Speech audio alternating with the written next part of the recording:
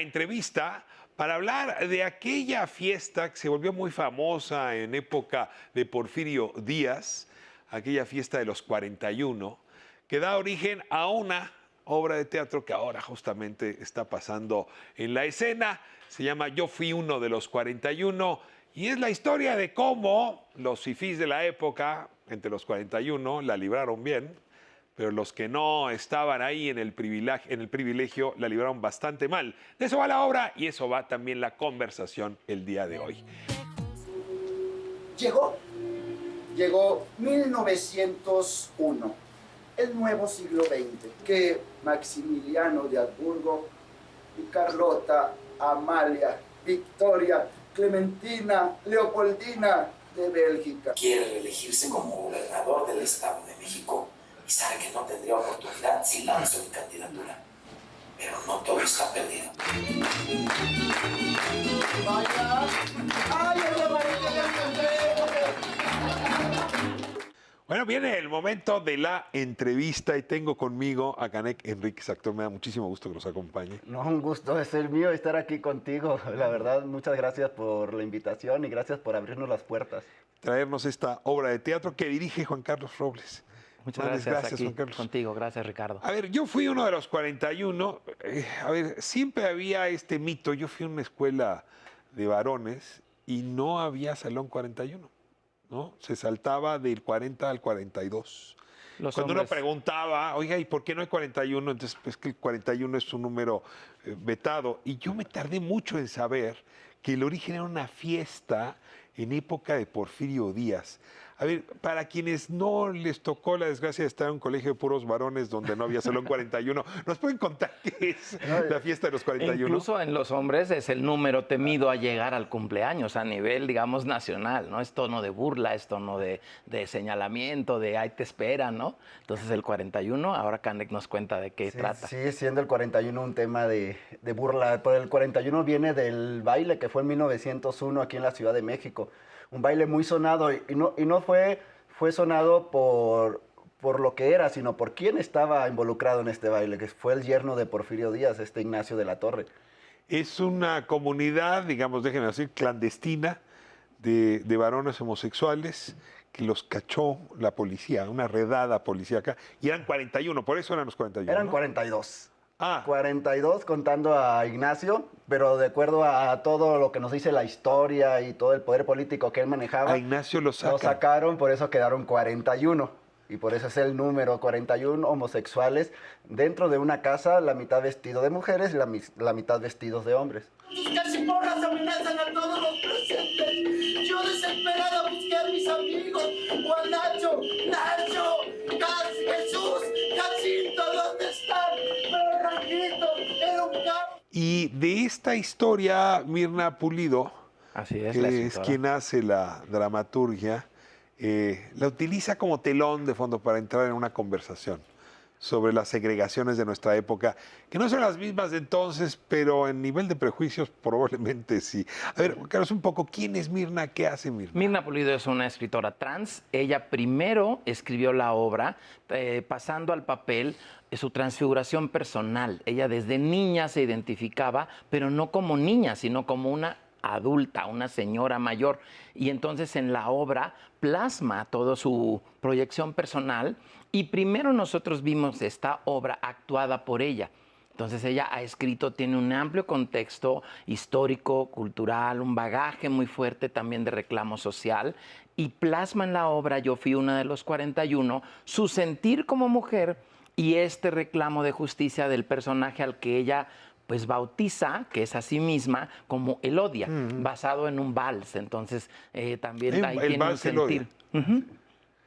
¿Te toca a ti ahora representar el papel de Elodia? Así es. Yo tengo el honor de representar a Elodia. A ver, tú viste Elodia representada por Mirna, ¿y cómo te apropiaste tú de Elodia? ¿Cómo te integraste a ese personaje? Fue algo complejo. Primero, para apropiarme de la forma externa, es una representación y un honor a mi abuela materna.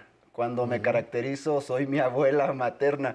Y la parte interna fue de mucha lectura, mucho estudio, mucho ver películas, estar trabajando en diplomados de derechos humanos por la CNDH, por la CONAPRED, y saber encontrar esa lucha que se debe tener una lucha interna para poder representar la lucha que Elodia quiere presentarle al público. Y el sentir de una mujer.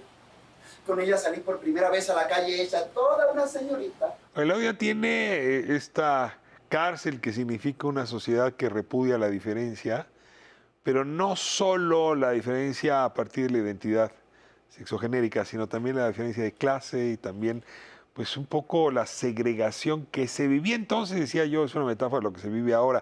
Entonces Elodia de pronto va a dar a los valles de Oaxaca presa, como, pues así como los rusos mandan a Siberia, así mandaba Porfirio Díaz a sus adversarios. A ver, cuéntame de esta jornada, de este viaje que hace Elodia desde la fiesta de los 41 hasta la ignominia. Esta fiesta termina en la detención de 13, alrededor se tiene historia registrada, de que hay 13 detenidos y son enviados, así como los indios yaquis en Sonora, a estas plantaciones enequeneras en Yucatán o a Valle Nacional en Oaxaca, a trabajos forzados, prácticamente campos de concentración, sin identidad, sin reclamo, sin un registro y sin la posibilidad de volver, porque aparte todo lo que se comía o se consumía se le compraba a las tiendas de raya y te endeudabas de por vida a trabajar con el cuerpo a condiciones pues de maltrato, de esclavitud. Y entonces es lo que Elodia relata, que no podía tampoco vivir ahí, su identidad que ya tenía conquistada personalmente,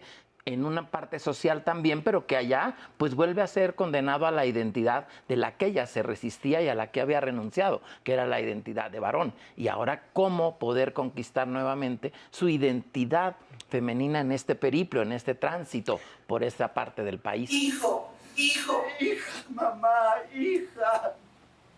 ¿Pero por qué fuiste al baile así?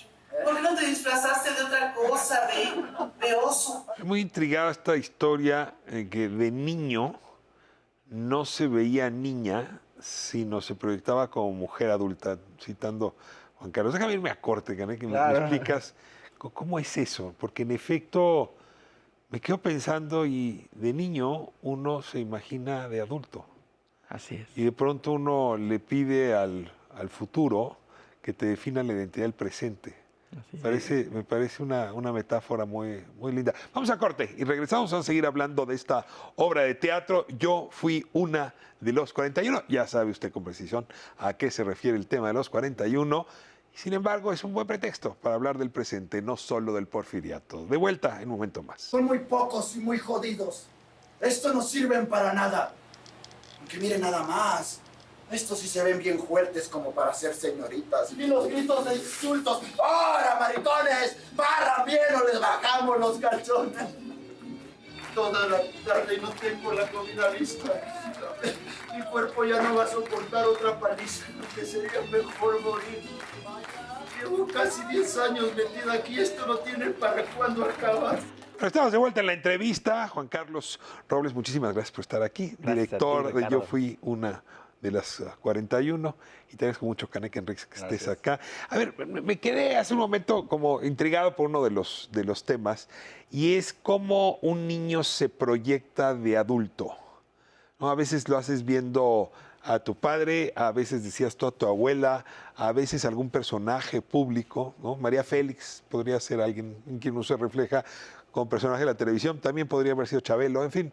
Sí es cierto que de niño uno va como utilizando el futuro como lienzo, y en ese sentido me llama mucho la atención esa transfiguración. Si te pusiste a estudiar el personaje de Elodia, ¿qué es esa forma de representación futura a la que hace referencia Juan Carlos? Es un honor y es un trabajo muy, muy arduo y con mucha responsabilidad para no caer en un chiste, en una burla hacia este tipo de personajes.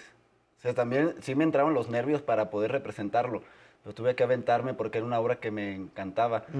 Pero representar el futuro es algo intangible que tienes que basarlo tanto en el presente y las personas que te rodean o que me rodearon en ese momento para poder llegar a esa representación. ¿Tú tienes una experiencia parecida? O sea, ¿te acuerdas de niño pensando cómo ibas a ser de adulto y algo se parece a quién eres hoy? No, ¿No? no, ¿Cómo no te se parece a imaginas? lo que A ver, lo ¿cómo que te soy. imaginabas? Yo de niño me imaginaba como soldado, porque vengo de familia de militares.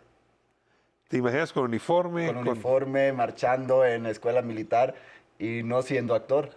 Siendo actor fue en la secundaria, ya después. ¿Cómo rompiste con ese mito? Con valor, con mucho valor. Tuviste que explicarle a tus padres que... Que no quería ser soldado ni nada. ¿Y ya te fueron a ver ahora representándolo? No, porque ellos viven en Sonora. ¿Los traerías a verla? Sí, mi mamá me ha visto una función que la hice en línea. ¿Y cómo reaccionaron? Le gustó. ¿Le gustó? Le gustó, ajá. Fue la primera vez que me vio en el escenario y vestido de mujer.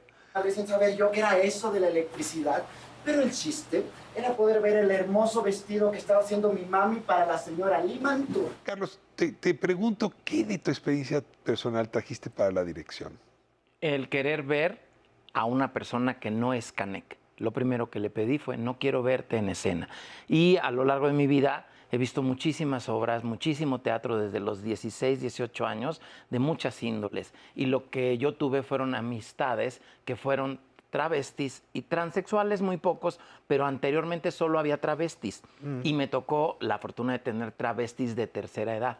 Entonces yo le dije, quiero un respeto a una figura de una transexual en escena, pero con edad, y que proyecte autoridad y respeto en su vida. Eso es lo que yo quise aportarle al personaje, aparte del cambio, ¿no? De un sonorense bragado con otro tipo de comportamiento, a trasladarlo a un papel femenino y a ese respeto también a una figura femenina que ahora está muy presente en las luchas de muchas mujeres trans y pues en las redes, ¿no? Que hay que saber transmitir un mensaje y hacer eso con respeto. Desde ahí, eso fue mi intención al aportarle a la obra, a la dirección y al personaje. En la ficha de la obra ponen ustedes, o pone Mirna Pulido, que Elodia es una mujer transfeminista.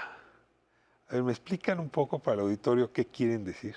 Es una mujer trans que se ha hecho, no es una mujer cisgénero, es una mujer trans, pero que lucha por los derechos de las mujeres en general. No solamente por los derechos de las mujeres trans, sino por los derechos de las mujeres. Ir a cambiar. ¡Viva el macho mexicano! Que siga viviendo hasta que queramos, carajo. Y cierro con una última pregunta, Carlos. El escenario es un monólogo, Así es. ¿no? O sea, el resto de lo que ocurre en la fiesta de los 41 me lo tengo que imaginar, y luego el traslado a Valle Nacional, en fin. ¿Cómo haces con un monólogo para generar una ambientación pues donde tendría que haber por lo menos 41 personas? Cuidamos mucho todas las incidencias, detalles, sonidos, audios, video, y poder trasladar a través de los cambios de vestuario, que incluso el público se sorprende de la velocidad de los cambios, en los que todo fue medido. Incluso una pista multimedia que nos acompaña es exacta en los tiempos de entrada y salida del personaje. Entonces hacemos un recorrido, la obra es circular, hablando de pasado y futuro, donde comienza, termina. Entonces te lleva a un recorrido histórico y regresas al presente en Veracruz con el sonido del mar, Agustín Lara y el sonido de un buque. Entonces hacemos un recorrido histórico y llegamos hasta el presente con una cuestión ahí de un asesinato de una trans muy sonado en redes hace 5 años, ya con un video con música actual, Gloria Gaynor, y entonces te aterrizamos en una realidad para que te lleves un mensaje que no es una obra solo LGBT, sino que es una obra social y familiar. Nos han visitado niños y adolescentes y se han ido encantados. Canek Enríquez, te toca hacer el comercial. ¿Dónde? ¿Qué horas? ¿Cuándo? Estamos en el Foro Ricardo Villarreal todos los viernes a las 8 de la noche en el centro de Coyoacán. Hasta el 24 de noviembre tenemos 17, 18 funciones que todavía nos quedan. Pueden comprar sus boletos por Boletópolis, Teatrando, Cartelera de Teatro o al 55 60 66 60 47. Mi WhatsApp. ¡Qué bárbaro! Ah, bueno, claro, es el tuyo. Yo dije, se sabe el del teatro. No, es el mío. Buena memoria para aprenderse los parlamentos. Yo no me sé ni el mío. Canek, muchas gracias. No, gracias por acompañarnos aquí. Juan Carlos, muchas gracias. Gracias a ti, Rafael. Y bueno, pues vamos a ver esta obra de teatro. Yo fui una de los 41. Muchas gracias.